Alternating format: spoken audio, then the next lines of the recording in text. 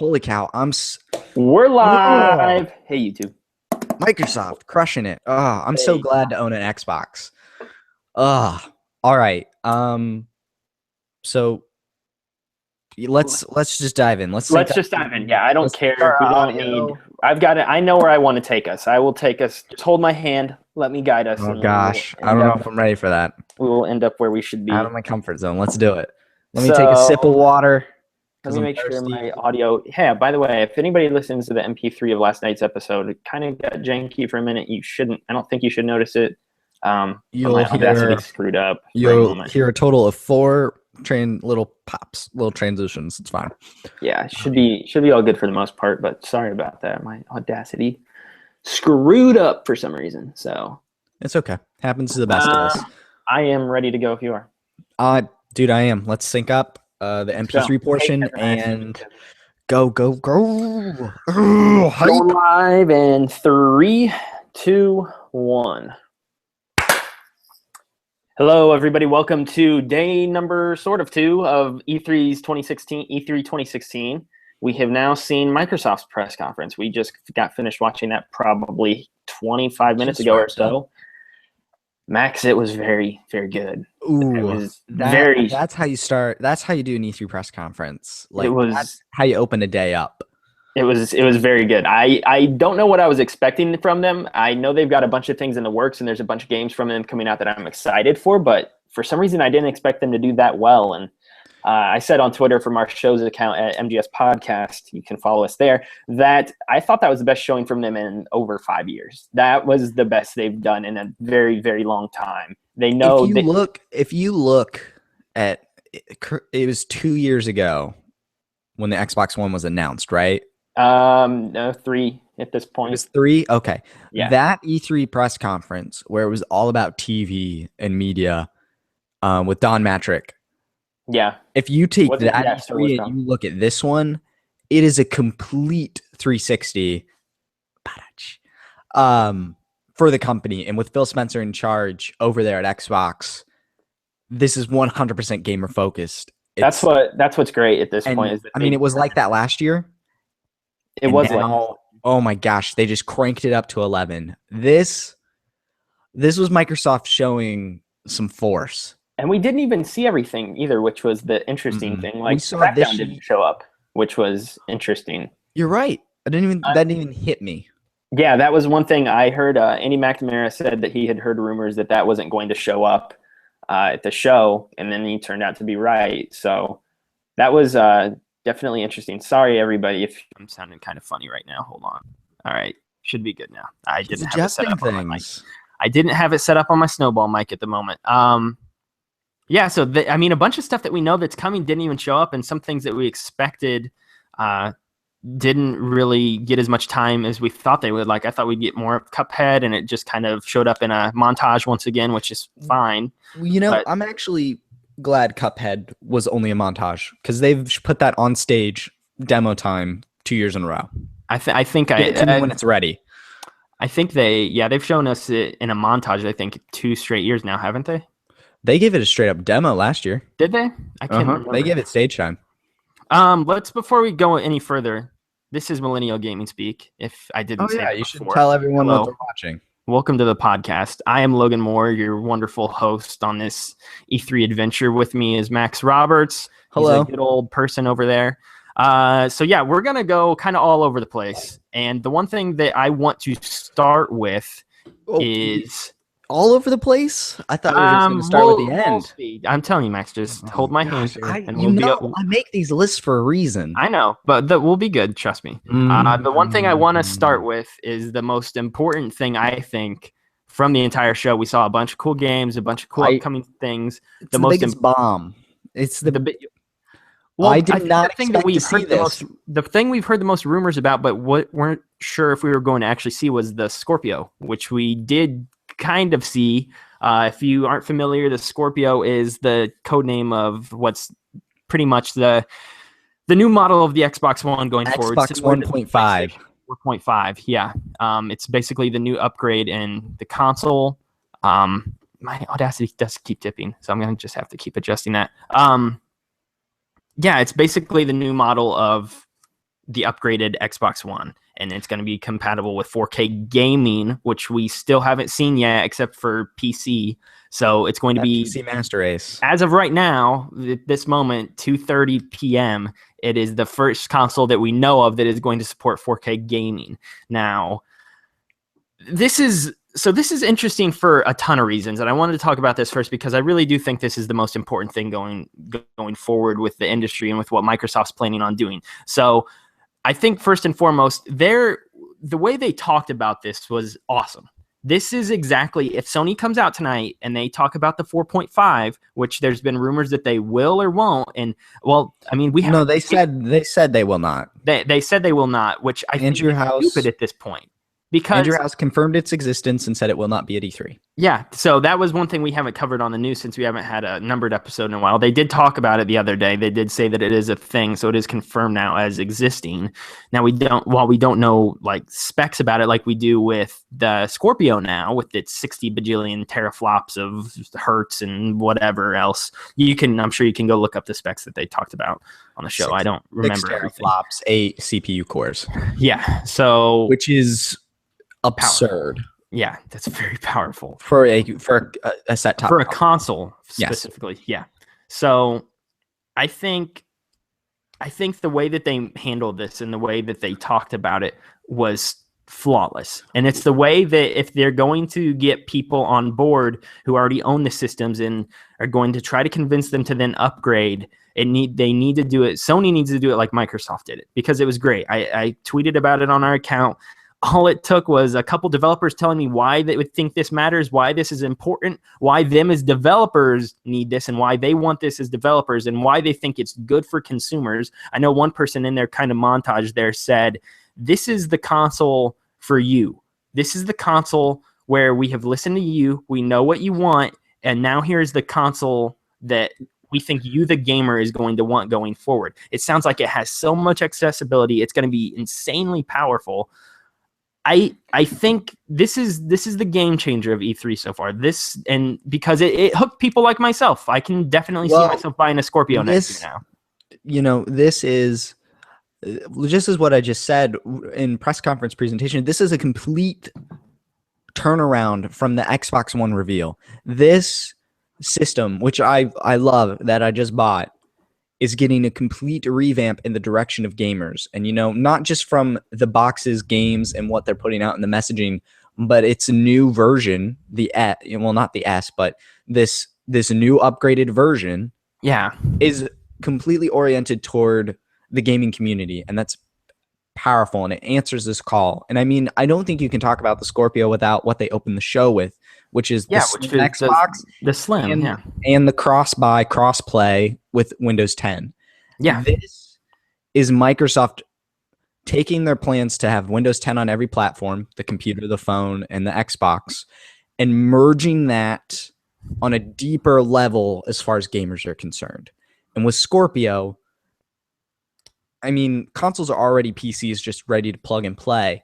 This is even the next step. Taking it one step further. Yeah. It's a VR ready, which means those rumors of an Oculus deal have to come true. Yeah, because they weren't mentioning augmented reality or HoloLens or anything like that. They were specifically saying up front VR. So, and you know, your boy Todd the Man Howard showed up and talked about Fallout 4 on VR, which now, after that mentioning, it sounds like it is the full game, which on the Bethesda breakdown, I was not very sure about based off just some wording, but now I feel confident that it is the entire game, which sounds very, very scary from just a human being standpoint.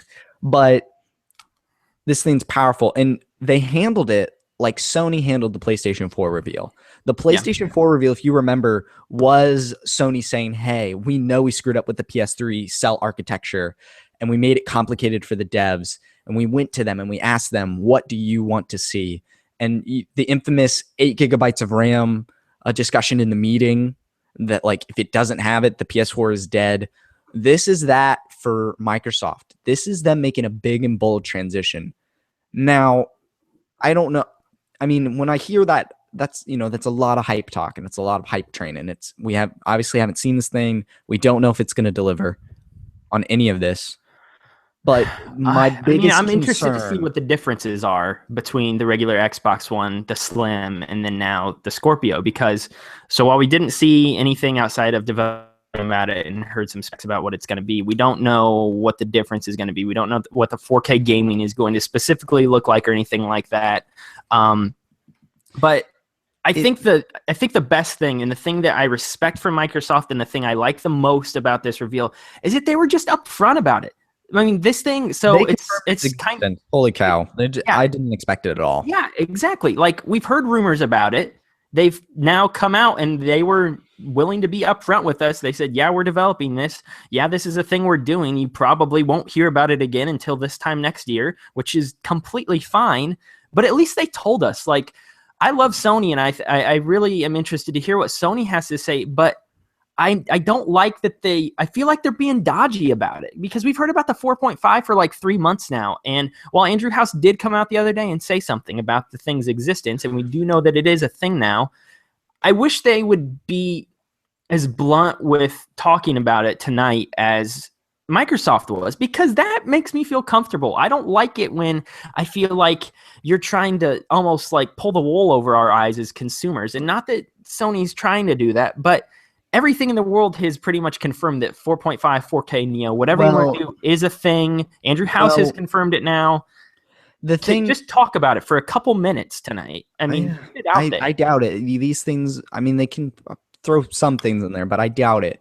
My biggest concern, I mean, me as a gamer and you, someone who likes to be on the cutting edge of technology just in general, I'm excited about the promises of Scorpio, but my biggest concern is this, Phil Spencer said, gaming without generations. We're going to hit this cell phone cycle of consoles every 1 to 2 years. We're going to get revisions on consoles. And that sounds very scary to me. I'm still not a fan of I don't know. Like, because what I'm sold on the Scorpio specifically, but I'm going to be on the premise and the promise. Yeah. I'm sold on the idea of what it could be and what this next half step up could be. But what I'm still wary of is, how often are consoles going to be coming out now? Is it going to be every 4 or 5 years? Is it going to be every 2 years? Like, we've reached a point where, and this was apparent when the new consoles came out, the one and the PS4, there wasn't that leap that there was from Xbox One or PS2 to PS3 and Xbox 360. There wasn't that same leap. I don't think there ever will be a leap like that. I don't think there will be, except VR, because from standard definition to HD, from these big and beautiful games, from the ones you played on DVDs, like that is just that's a leap you can measure. That's very clear. The difference between PS3 and Xbox One is how much you can put on there. Like a game like Knack would make your PS3 explode. Just all the particles alone interact. Yeah. So you can get more. I mean, they can upgrade the consoles in those ways. Better and better, and be bigger and bigger. Yeah, which run smoother and smoother. And really, that's what I care about, is things running better. Things running better, and not games like Firewatch chugging on your PS4 when you don't really know why they are. So, I think there's optimization there, and then just performance issues. I mean, look at the difference between PS4 and Xbox One now. Usually, PS4 games have the higher resolution or the smoother frame rate, and that's because the PS4 has slightly better insides than the Xbox One. Now, so that's the kind of stuff that matters, is the insides making things just run smoother. I mean, this is the reason I play consoles, is so I don't have to upgrade my PC, upgrade a PC. Upgrade your drivers and buy a new graphics card. But those 1080s look pretty slick, man. Those GTX 1080s. But now it sounds like we have to do that too. But we're just buying a new possibly. Box. Yeah, and that sounds scary as a consumer. Guys, I don't know. I'm still waiting to see how it all turns out, because I feel like we could be making it a bigger deal than it is. But I totally do agree with you, though. Like, if we are buying consoles every 2 years, that's not. Well, I mean, if you said so, Xbox One reveal was 3 years ago, so it came out 3 years ago, right? It came out in 2013, yeah. So, I mean, by the time this comes out, it'll be a 4-year gap, which it's like what cut the 360 life cycle just shy of half. It was twice. It would be twice as long as, or it'd be half of what the 360's life cycle was. Which I don't know. It's strange. It's something we're gonna have to get used to if this is the future, though. The one thing Phil Spencer said in his whole spiel before revealing the Scorpio was that he said a future without generations, which means our console generation is going to be dead now. Is there not going to be an Xbox 2 or Xbox 4, whatever you want to call it? Is there not going to be a PS5? Are we just going to get these new models of systems from now on? And this is the future of gaming. And while I don't like it, I like seeing the industry evolve like this. I like that this has added such a more interesting layer to what the gaming industry is and what it's doing. But as a consumer, my wallet doesn't like it, but I'm also interested to see, like, is this what the developers want? Like, how are they going to be able to take advantage of these new things that are happening? So I think I don't know. I feel like there was one other thing I want to say about it, but I can't remember off the top of my head right now. Yeah, I don't know. I'm sure we'll revisit this tonight if after seeing what Sony says. I know that they said they're not going to talk about it or show anything. And I agree with you. 4.5 is not mentioned. I don't think they will either. I really don't. But I think they'd be stupid not to, honestly.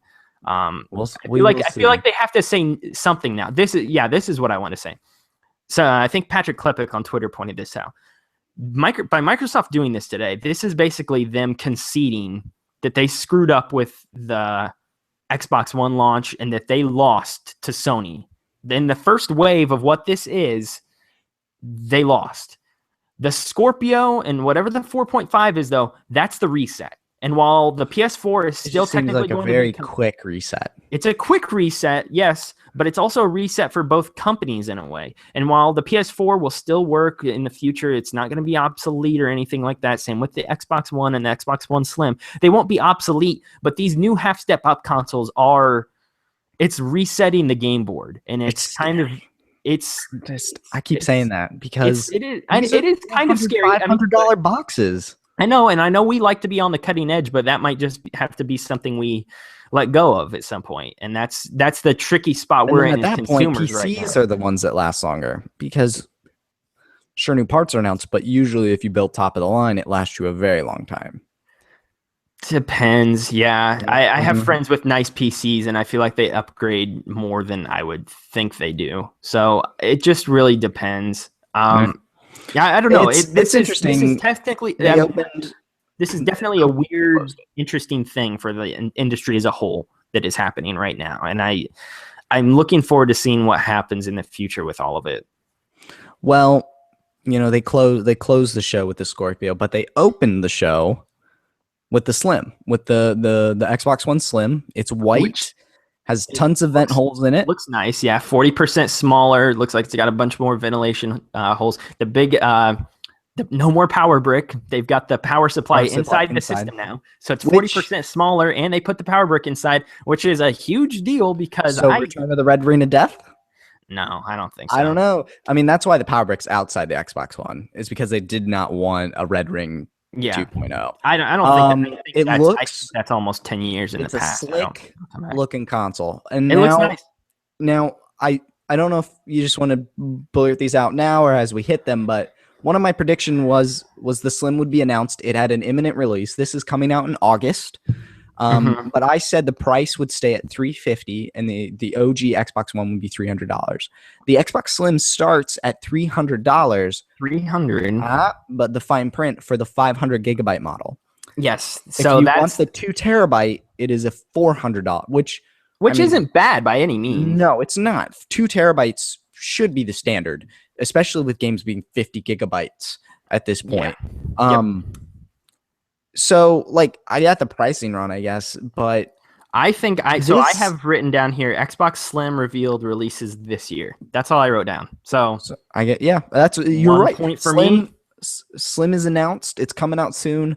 I think it was kind of shady not to talk about the price. I thought it was shady as well. They splashed. It said up to 2 terabyte hard drive and splashed $299 on the screen. $299 right next to it. I didn't like that as well.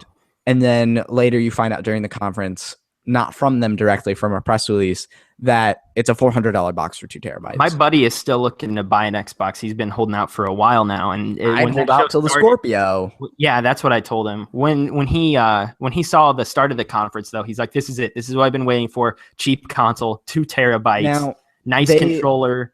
They everything. redesigned the controller. They put some grip on it. They put some grips on it, which is GameStop had an exclusive controller for a while that was the white one, right? The white one. It's the exact same thing. I'm telling you, those, as soon as you hold a controller with grips on it, it's a religious experience. You won't go back. I'm so glad that they're doing that. The Elite is bodacious. The Elite's good. The Elite's got the grips on it too. So if you've held an Elite, you know how different those grips are in the back. It's a completely different controller with those grips on the back. It's no grips on this baby. What's that? I just pulled up my Xbox controller. No grips on it. They opened with the Slim, which I thought was really smart because of all the leaks, especially from Kotaku. I liked how they opened and closed with the console.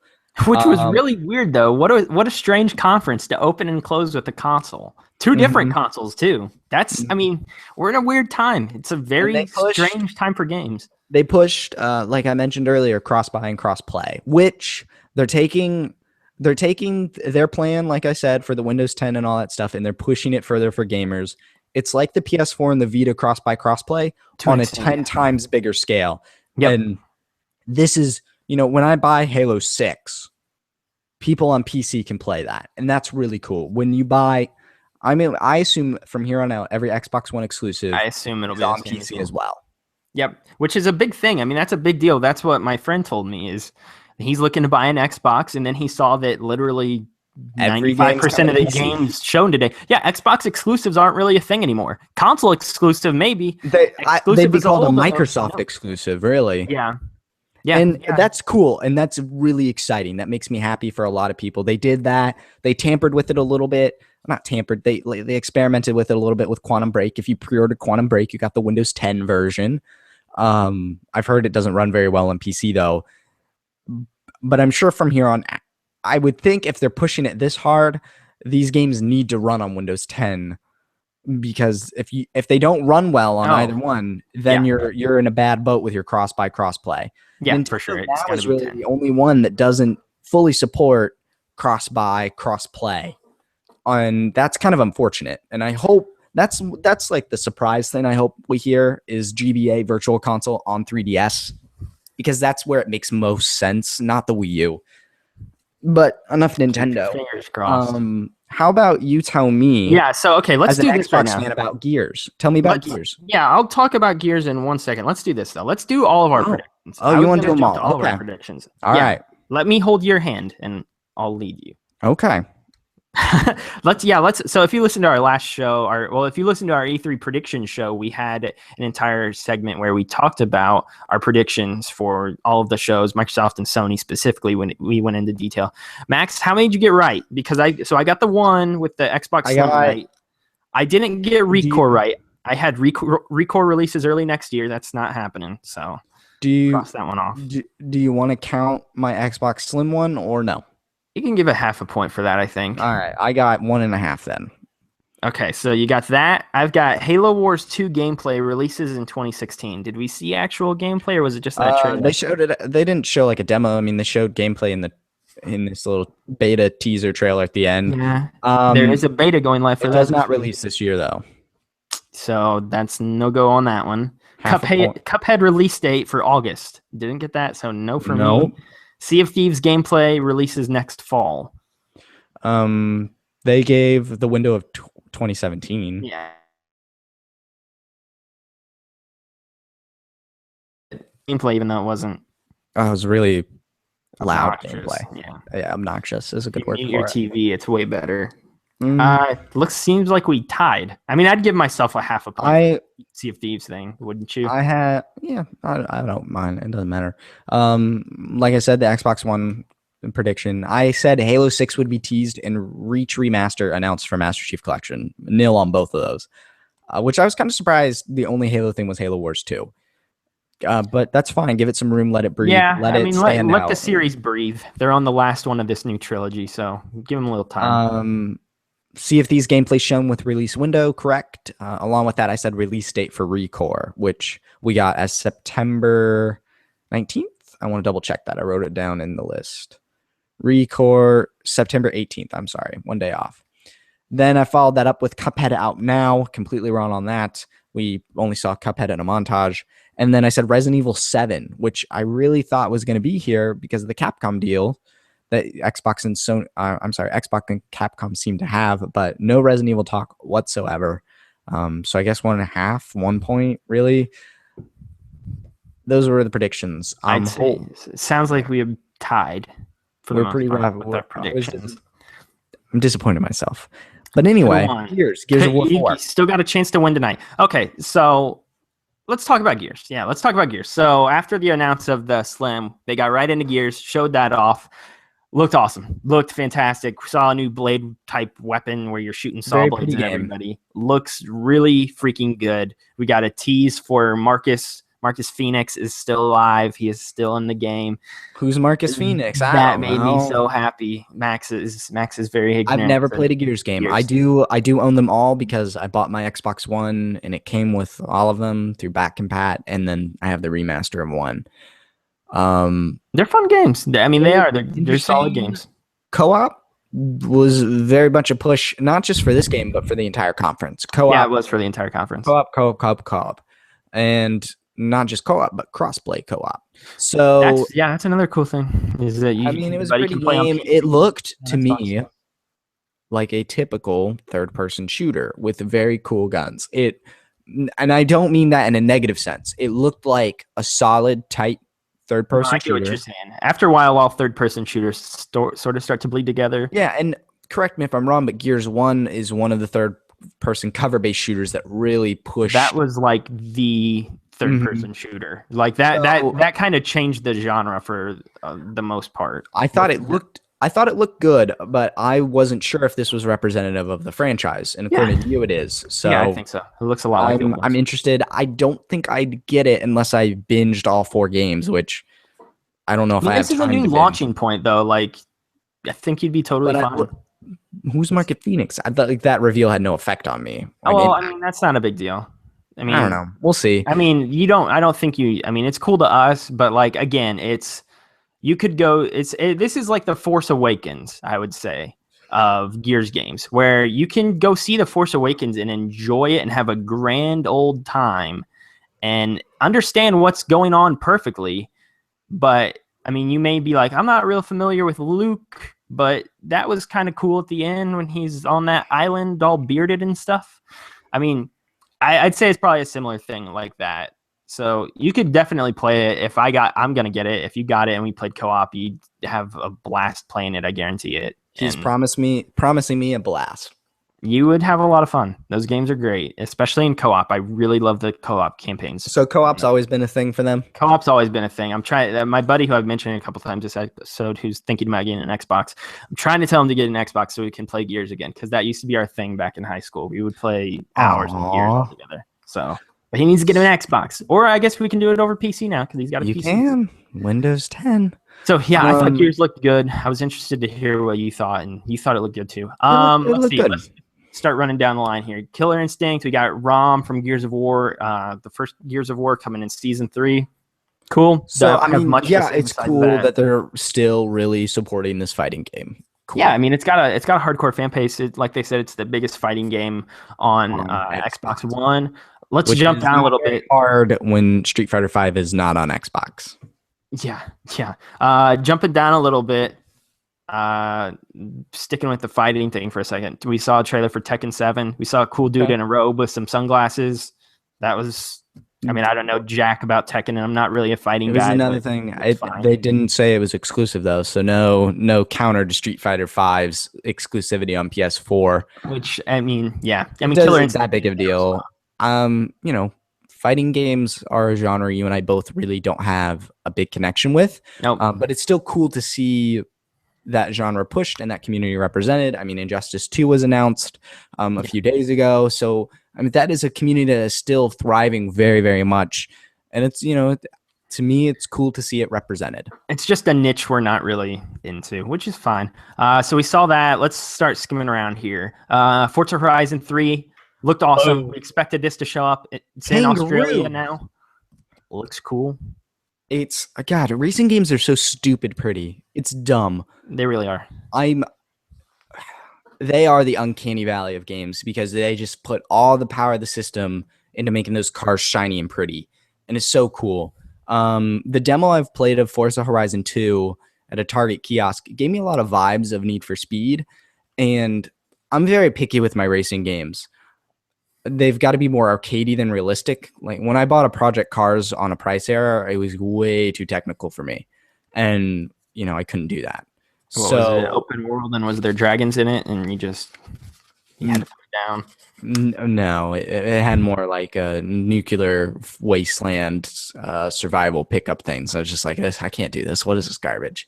No, but this game looked very, very pretty. They pushed the co-op, the cross-platform play as per the show standard, and Australian environment, which is really cool. Yeah. I think Australia is Can't wait to more drive a of Lamborghini on them dirt roads. yeah, which makes total sense. But it seems like a more dynamic environment, especially based off Forza Horizon 2 was in like the southern European area, right? I don't know. I couldn't tell you. I think it the was first like one took Italy place or in the Southern States. Europe. Yeah, like I think this is a more diverse, actually, is probably the word I should be using. Yeah. Way to explore things. So it's very diverse pretty, diverse in the environments and diverse in the cars too, because you saw a trucks, dune buggy and a truck racing a Lamborghini on through a mountain range. So it's way more. It's not as realistic as the numbered Forza entries. Like Forza 6 came out last year. That's racing on tracks. They are pumping out these Forza games because I know like 5 people who are obsessed with them. So and they play them every year. So that's good. It's a good thing. Yeah, I mean, it definitely is a system seller, believe it or not. And I know they sell a lot every year, so that looked cool. Let's continue. I want to come back to Recore in a second. I know that's next up. Let's hold that because I have some thoughts about that I'd like to get to a little bit more in depth. Let's hit up on a couple things here. Division DLC, it's kind of teased for it. That's good for that community. I guess the community is really bleeding out. There's like a 90% drop rate at this point. It's pretty staggering how drastic the drop is. There was just not enough post-game content, and so hopefully this will bring people back. It's called Underground, so we'll see how that works. This is such an interesting area in console gaming that Destiny has really made it popular, and the Division really tried to steal some of that thunder, and a lot of the Destiny was dead the day the Division came out. No one was like in the tower. It was nuts, and it's interesting to see how rapid that community just dropped and disappeared for the Division. I think if they just have a couple more things to do, and I mean, because everybody knows that Destiny really didn't, before the expansions, Destiny didn't have a ton to do either. I mean, I think there was more than the Division, but still, there wasn't a whole lot of people like sticking with Destiny until the new expansions came out. So I think it's worth giving the Division the benefit of the doubt until then. We'll see what happens. They came out and talked about Battlefield 1 and literally showed nothing that we already hadn't trailer. Seen. The same trailer that we saw yesterday. So that's not even worth our time talking about. Still looks fine, whatever. Battlefield, who cares? Minecraft is getting some crossplay stuff and just whatever. I totally tuned out. I have no interest in Minecraft. It was poorly scripted, all that stuff. But that is huge. Cross-platform play in these realm areas. If someone on their iPhone can play me on my Xbox or my PS4 or my PC or my Wii U, I doubt Wii U, but you get what I'm saying. This massive game having cross-platform play is a phenomenal feat, I think. Especially with, they said 14 different platforms. What on a bunch earth? Of them are probably phones and tablets and phones, tablets, PCs, consoles. Yeah. It's nuts, man. And it's so cool to hear this cross-platform world. It's like one of the 5 biggest games ever. So, I mean, it makes sense. I think it's even in the top 3 as far as sales go. Yeah, I think it's up there with Wii Sports at this point. I know they sell like 65,000 copies of it a day or something crazy like that. Microsoft's making bank on that purchase. Yeah, so that was a solid purchase for them. So that's coming. We've also got the new Xbox Live updates. We got background music coming finally, which has been on PlayStation for a while. We've got groups coming, which is similar to the groups on PlayStation. So again, another thing from PlayStation is coming over. The other only other thing really here is Arena, Xbox Live Arena, which is like a tournament style thing. Esports are becoming a very big deal, and the big companies are taking notice. And I'm interested to see how much of an impact the EA announcements and Microsoft today. I'm interested to see how much that has, It'll be cool to track these things and actually have a place on the Xbox where you can set up tournaments and have arenas and stuff like that. Because I know back in the day we used to like to try to get in Halo tournaments and things like that, me and one of my friends, but you'd always have to go online and dig around on websites and find places to like enter yourself into a tournament. And then it was all manually set up, like, okay, you're in this tournament, but you have to add me on Xbox. We have to set up the tournament. It starts at this time. It was very, the community had to come together and organize it themselves. And it sounds like now Xbox is going to make it a little bit easier to organize things like that, which is a cool feature. And it's really cool with games like Halo and Gears of War out there where tournaments are pretty prevalent. So that's cool. Also, I know one thing that we didn't list here was the searching for group thing. So if you are playing a game and you want to play with a group, you can search for other people who are looking for people to play with, and it'll automatically hook you up, which is a really neat feature for multiplayer games, especially things like a Destiny, where you, for the most part, want to play with other people and want to talk to them, but you don't really have any friends. Then you just kick that on and find other people to play with, and hey, maybe make some friends in the process. So it's kind of a cool little new feature they've added. What else? Design Lab controllers. You can get custom controllers. Actually, I'm doing right now. The site. Are you really gonna order one? I personally am not, because I'm buying an Elite. Okay, so you're just designing it. But my girlfriend loves the Xbox, and she loves Xbox. I'm buying Lego Star Wars on Xbox for her so we can play together. Her favorite color is pink. And so the fact she can design her own controller top to bottom, I'll buy her a controller top to bottom for just her. I bought her a Princess Peach Wiimote. So I'm all for her.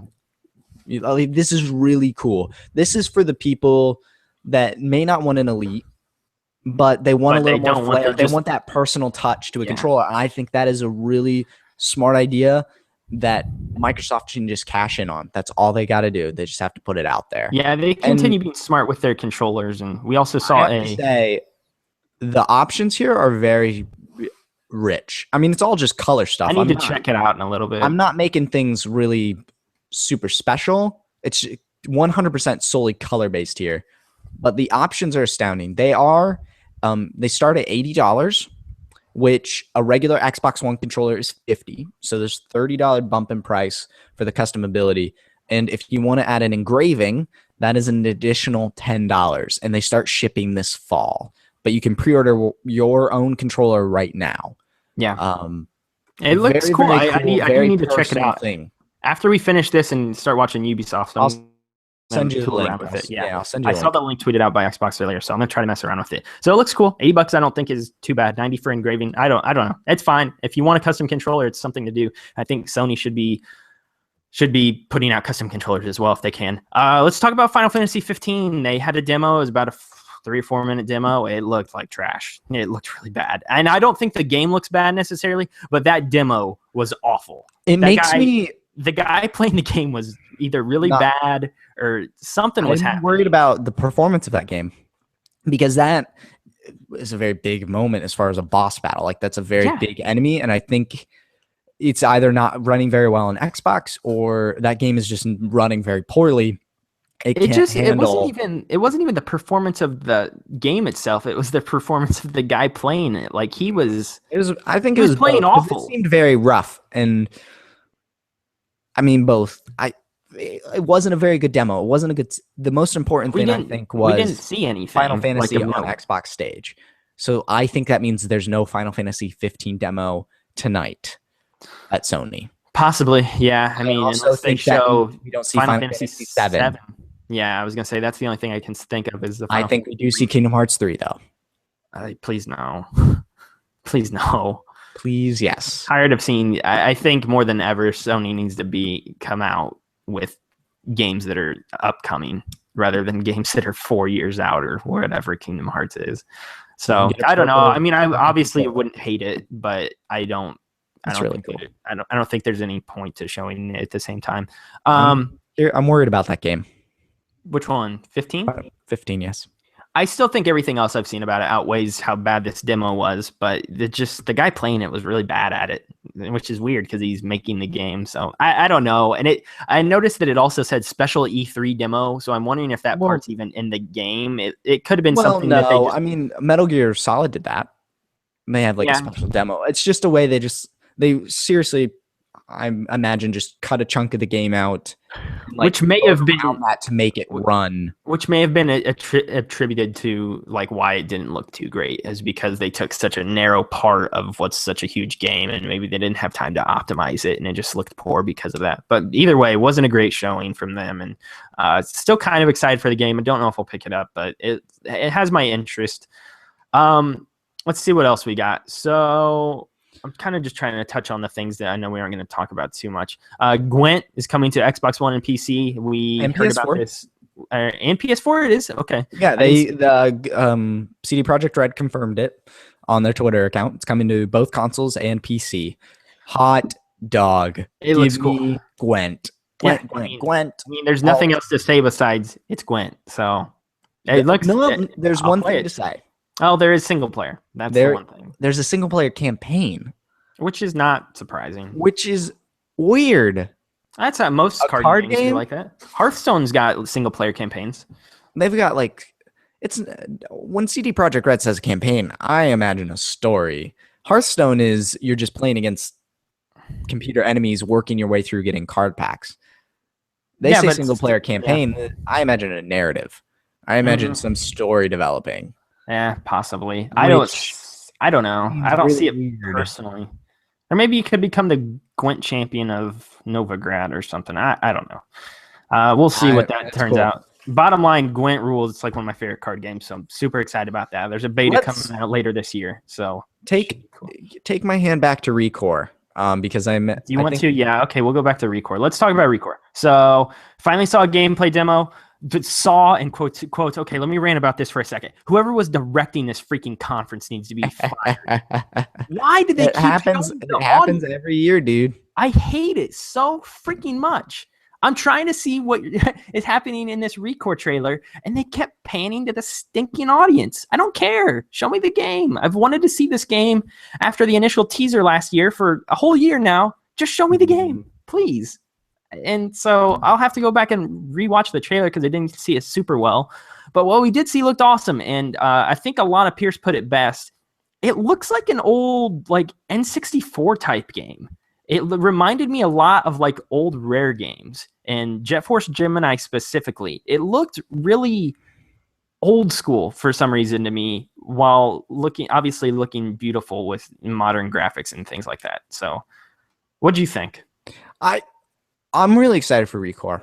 I think the talent behind it, from the Metroid Prime standpoint, after this Mighty Number 9 debacle, I don't have a lot of faith in Keiji Inafune. Well, we don't even know if Mighty Number 9's good, so. No, I'll wait for that one. And so I think the talent behind it, I think it's very interesting that you have multiple robot allies. I thought it was just the dog, but it sounds like you've got all these different allies that you're going to use, and that seems really cool from a puzzle mechanic standpoint. And a fighting standpoint. There's also some platforming. I really like the vibes I'm getting from this game, and I think it's a very quick turnaround for this new IP. They teased it last year. They showed off the trailer / gameplay today, and it's out here in 3 months. That's a game I want for my Xbox. I think it's September 13th. I looked at the wiki. I think we got the date wrong. You had 18 written down, but the wiki says 13. Said. The tweet? The tweets say that. You're trusting that their Wikipedia? Oh, let's see which day is a Tuesday. Looking at the calendar. Let's see. September 13th is a Tuesday. So that's probably the 13th. Otherwise it releases on a Sunday. So yeah, I think it is the 13th. So yeah, that is a quick turnaround. It's cool that we'll get our hands on that sooner rather than later. So that's a really cool thing.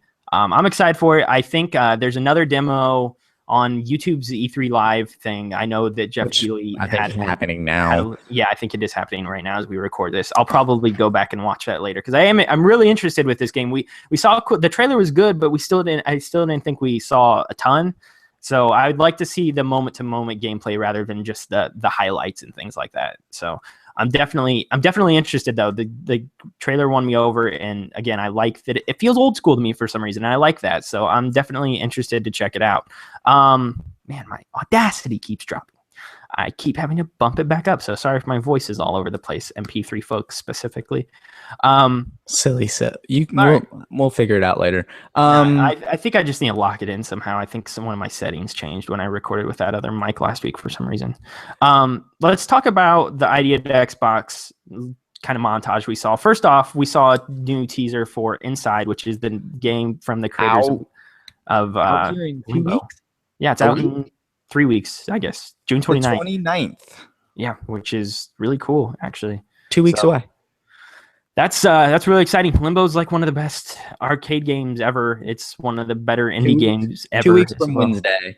Hearing a lot of hype and good talk about this. Not just a bunch of people in the press have already played it, and they say it's phenomenal. Mm-hmm. So very much a reason to be excited when people I trust are saying that this game is great. The guy who presented it said it's one of the best games he's ever played, which, yeah, I mean, that's high praise. I mean, I know a bunch of people give Limbo the same praise, so it doesn't surprise me that this game is getting that kind of reception. So that's cool. 2 weeks away from that. Really excited to get my hands on that. We also saw a montage before we get into We Happy Few. We saw a montage of a bunch of other games. Cuphead, Stardew Valley is coming to Xbox One as well. What were some other things in there? A bunch of stuff I didn't know. A typical yearly, here's our indie game montage showing all of them. Ukulele was in there. Mm-hmm. It's all very cool. Microsoft has really pushed their Idea at Xbox thing, so wish they'd bring back arcade. I wish they'd bring it back. I thought it was coming. I really did. I thought arcade was going to come out today. Arcade was awesome. I thought, especially with Inside coming out here in 2 weeks. Be smart. That would they be could a do the summer of really arcade thing again. It'd be cool. So all of those look good. We saw, and then after that, they closed it off with a longer demo of a game called We Happy Few, which looks trippy and scary and BioShock vibes through the roof. Yeah, similar, I guess, with the kind of creepiness and eeriness. My friend has played the game. I think he's played the game, or he's at least seen it because it's in early access on PC. Mm-hmm. It'll be in early access next month on Xbox. But he said he's played it, and he gave me the elevator pitch for it, and I told you Max, and he basically said, "Huh?" I said you did. I thought you said that questioningly. I was like, "Yeah, I sent you a text, dork." Basically, what? I don't read. Huh? You don't read? You don't know how to read? Anyway, the basic premise for it is that you are a dude in a society where everybody's taking happy pills to get themselves all happy, but the downside is the pills brainwash you, and they also can tell when you're not on the pill. So if they tell you you're not taking the pill, then they freak out and send their secret police after you, or whatever you want to call them. So you're in a society where everybody's forced to take this pill to keep them all happy and blind them to the world around them. And so you have to decide whether you continue to take the pill and go with the status quo, or if you try to break out. But then you're running. That trailer. That was a masterful trailer. It was really good. Sold me on the game. Yeah, and so I'm totally edgy. It felt edgy and nervous about things that were happening. Yeah, I felt nervous as well. Tone, spot on. It is in Xbox preview though. It's going to be in July. Yeah, what did I say? Early access? Yeah. So Xbox no. Yeah, it's the same thing. I just premise, don't want people to think it was coming out then. Which is weird that Which is interesting for a game like that when you figure it'd probably only be a 2 to 3 hour experience. It seems something similar to that at least. So I don't know. I'm wondering what the full game will contain and how much is there to do, and is the game endless? Because usually the preview games like Ark or something like that, or you can play that forever. And it doesn't really have a set goal or a set thing to complete, and then the game ends. So I'll be curious to see what the actual game contains when it goes into preview next month. I might pick it up. It sounds really interesting. So Preview's free for Xbox Gold users? it is. I'm asking. Oh, no. Oh, so you buy it? Yeah, you do buy it. Okay, all right. You're buying an unfinished game. So you're buying an unfinished game, and then obviously I don't like that. I'm not a fan of that. And that's been a thing for a while. So I mean, then again, Ark's in it. So yeah, Ark's in it. Ark's been. I mean, that's the thing. Ark's been beloved by many for over a year now. So, and that's technically not been finished. So I like that. I like that in some respects. But again, I'm curious what We Happy Few has in it. So, because it's not really typical of the other early access games. So we'll see what that looks like. Again, loosely, we saw a Dead Rising 4 trailer, which was to be expected because we had heard leaks of that. It looks like Frank West is coming back, the protagonist from the first one. I'm pumped. Looks freaking fantastic. Christmas themed trailer. Looks like it's coming out this holiday. I'm really, really excited. Frank is like the best character in the series. It's really cool to have him back. I love the tone of that trailer. I love the Christmas theme. I love the candy cane gun. I thought, to me, it looked just more like Dead Rising 3. Like, I didn't see anything visually more impressive to Dead Rising 3, but it looked very zany, fun. It looked, and that's always been a Dead thing. Rising's always had these like really funky weapons. Yeah. I love that. It looks pretty darn cool. My favorite part was the pun at the end that said the sleigh ride begins holiday 2016. Jeez. Your favorite part was the pun. Yeah, there were so many good puns. It definitely looks good, though. I'm really excited. As somebody who's played most of the Dead Rising games, I'm very excited. I hope the camera element is back. And for those of you who have played Dead Rising 1, you know what I'm talking about. You had a camera in the first game, and you could take cool pictures of zombies and stuff like that. I hope that's back. I really thought that was funny from the first game. And he does take a picture at one point in the trailer, but it's with his camera phone. So we'll see if he's gone into the future, and he's snapping pictures with his phone now rather than a camera. So it looks good. Scalebound we saw afterwards. I thought that demo fantastic. I know you said you don't think it's your kind of game. I think it looks really, really cool. It did demo well. Way better than Final Fantasy. But that was one it owned its tone, its vibe. It put it out there. That was great for it. It's not something I wanted. I like the vibe of the game where it's kind of a mix between almost fantasy with the elements of the dragons and stuff like that, but then it's got like a weird punk rock sort of feel to it where I think it's this like serious dragon fantasy RPG with like just a splash of Sunset Overdrive, just like yes, sort of a little bit. It feels like that. So I thought it looked really good. The demo looked great. I'm excited for it. It comes out next year. It got pushed back. It was I'm excited for people who are excited for it, but by no means I think the game looks bad. It's just not a game I'm interested in. Yeah, if it's I assume I'll play it, and if it's good, I'll let you know. But it looks fun. I mean, it looks. That's the thing. The gameplay trailer looked fun, which is always the most. It's going to be interesting, especially with Platinum having so many duds lately, or things that aren't up to snuff. Well, their smaller teams have. I think their smaller teams typically have duds with the Korra and the Korra. I heard the Transformers game was fun. The Transformers game was supposed to be fun. Bayonetta was supposed to be really good. I mean, Platinum's still back and forth. Star Fox did not deliver. That was them, wasn't it? Yeah. Mm-hmm. I don't know. Platinum's back and forth. I feel like they've always been kind of back and forth. They'll make an awesome. Like I feel like they should laser focus. I mean, they're just making different kinds of games too. Like the Korra game was like a 3 or 4 hour download. Gosh, I wish I had that Korra game. So I wish it was a good Korra game. Go download it. Maybe I wish it was. It's not good by any stretch of the imagination. Let's see what else we got here. Let's save Rare. Let's save it for last. No. We'll close the show with that. The one thing we've been waiting for, or at least I've been waiting for.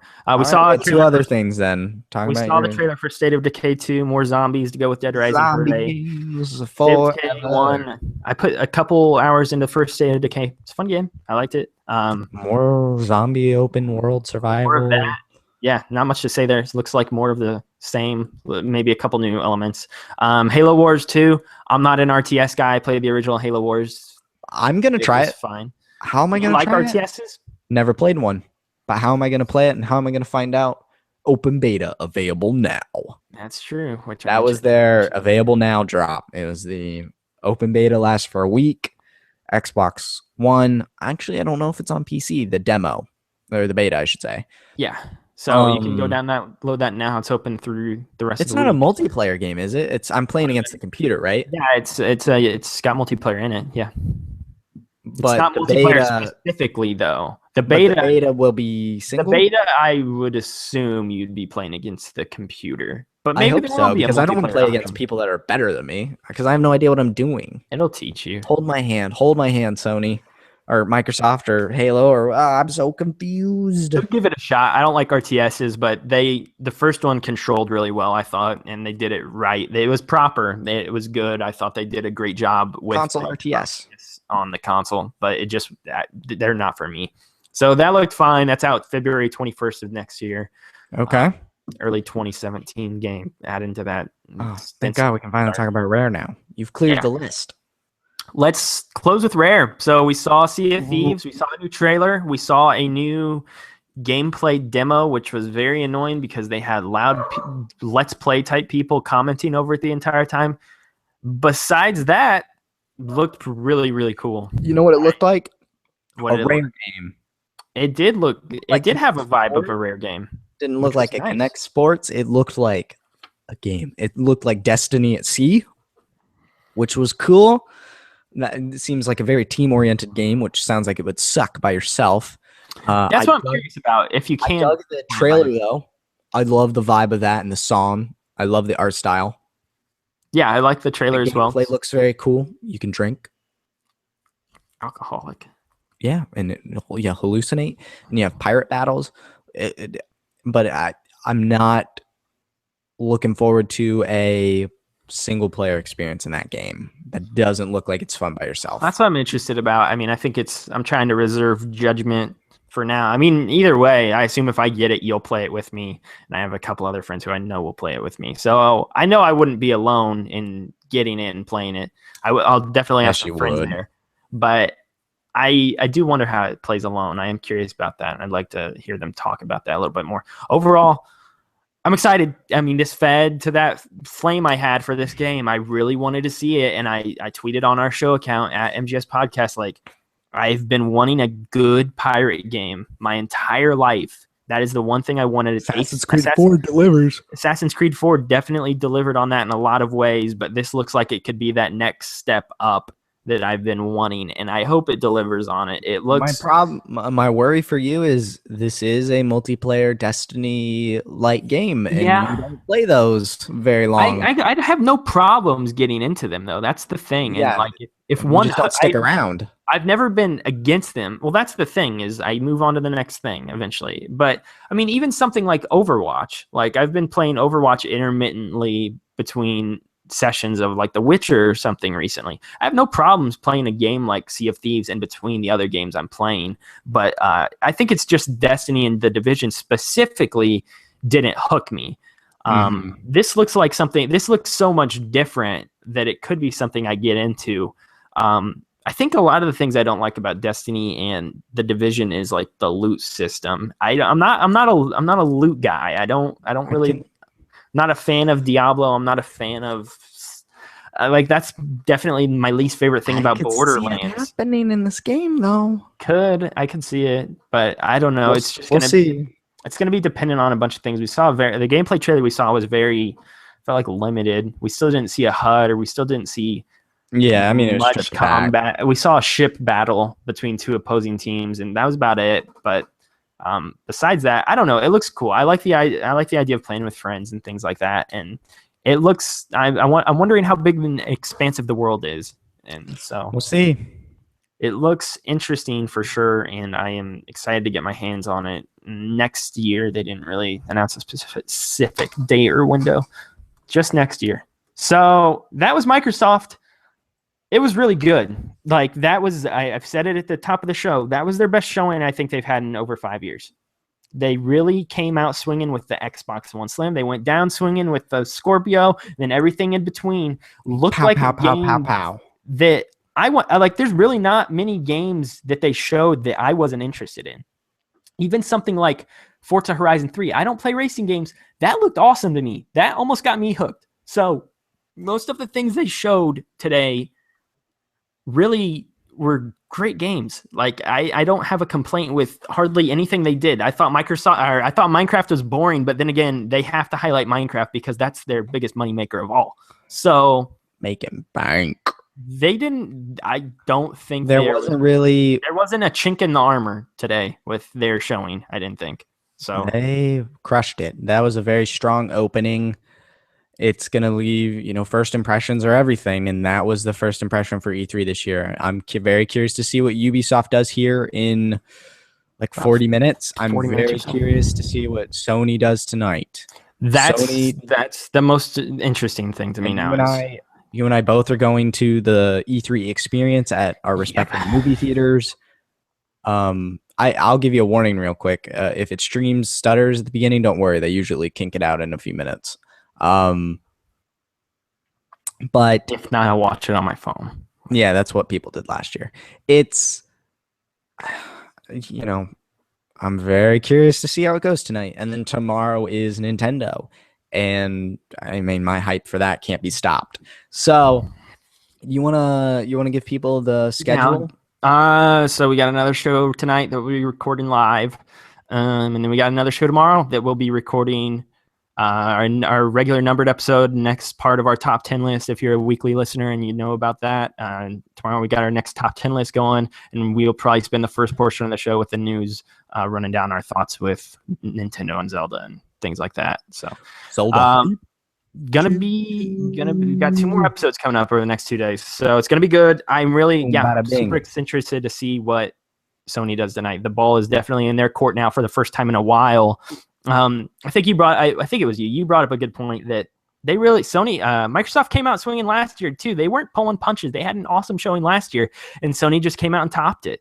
So this year, though, specifically, I think it's going to be really, really hard for Sony to top. And if they don't talk about PS4.5, which I agree with you, I don't think they're going to do it.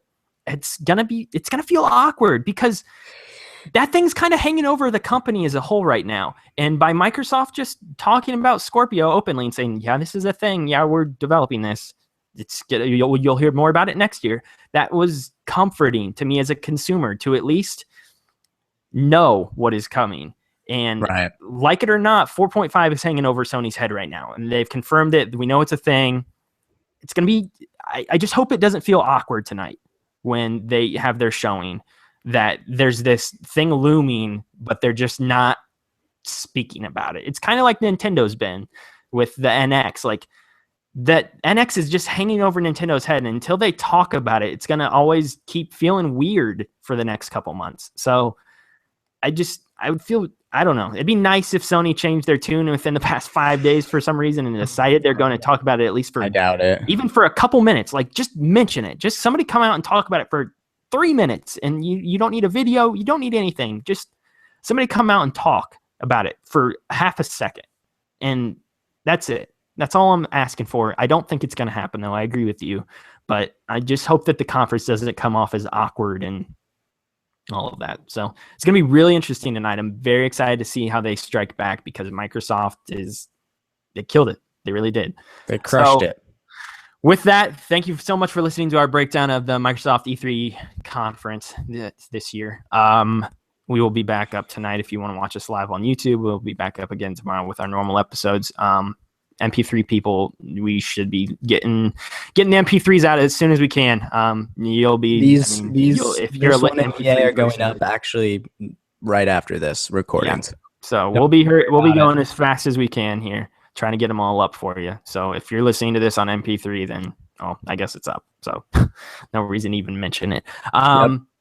But anyway, yeah, with that, I guess we're done here. You can follow us on at MGS Podcast. We'll keep tweeting from that account today. You can follow me at Moreman12. I am Logan. I am at Moreman12. You can follow me there.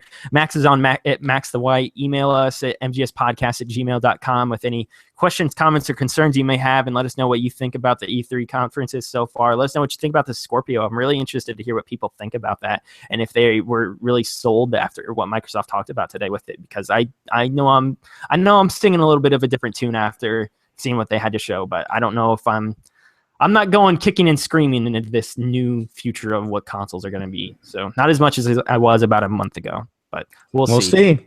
If you're watching on YouTube, please like, share, and subscribe. We would appreciate it so much. Leave a comment down below. We'll probably get back to you and talk to you as well. So we thank you so much for everything. Thank you for listening. We'll be back later tonight if you're going to watch us live, and we will tweet out that link at MGS Podcast on Twitter. So until then, thank you so much. We'll see you soon.